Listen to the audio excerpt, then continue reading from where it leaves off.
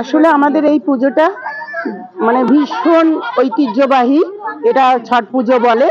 এটাকে মানে প্রথম দিন লাউ ভাত থেকে শুরু হয়, লাউটা খেতেই হয়। এবার লাউ ভাতের পরের দিন হচ্ছে সারাদিন উপোস করে, তারপরে রাত্রেবেলা হচ্ছে গিয়ে ওই রুটি করে, পায়েস করে করে খেতে হয় সারাদিন পরে। যদি কোনো আওয়াজ হয় তাহলে সেই খাওয়াটা বন্ধ হয়ে যাবে, খেতে পারবে না। মানে ভীষণ কঠিন আর কি। পরের দিন সারাদিন আবার উপবাস করে আবার এই যে সন্ধ্যাবেলা সূর্যদেবকে মানে অর্ঘ্য দেওয়া হয়, ওনাকে পাটে বসানো হয়। আবার তারপরের দিন সকালবেলা সূর্যদেবকে আবার পাট থেকে আনা হয়, মানে ওনাকে আগমন করা হয়। যতক্ষণ উনি না উঠবে ততক্ষণ ছট পুজো সম্পূর্ণ হবে না। রীতিটা 4 দিনের।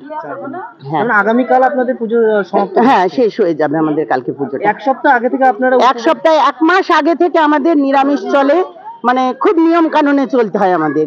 তারপরে গঙ্গা স্নান থেকে শুরু হয়, 1 সপ্তাহ আগে থেকে গঙ্গা স্নান করে, তারপরে লাউ ভাতের রীতিনীতি শুরু হয়ে যায়। তারপরে হচ্ছে মানে গঙ্গার মাটি ছাড়া হবে না। এই উনুনে যে কোনো খাবারটা তৈরি হবে, ঠাকুরের প্রসাদ যে ভোগ তৈরি হয় সেটা হচ্ছে গঙ্গার মাটি দিয়ে উনুন তৈরি করতে হবে, সেই উনুনে ভোগ তৈরি হবে, সেই ভোগ তারপরে বিতরণ করা হবে। কোন দেবতাকে উদ্দেশ্য করে আপনারা এই মেন? সূর্যদেব।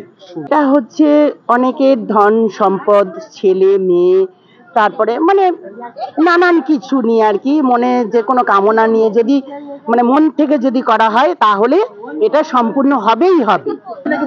না, পুরুষরাও করে, পুরুষরা মহিলারা সবাই করতে পারে। এটা মানে সবাই করে। আমার নাম মিনতি রয়।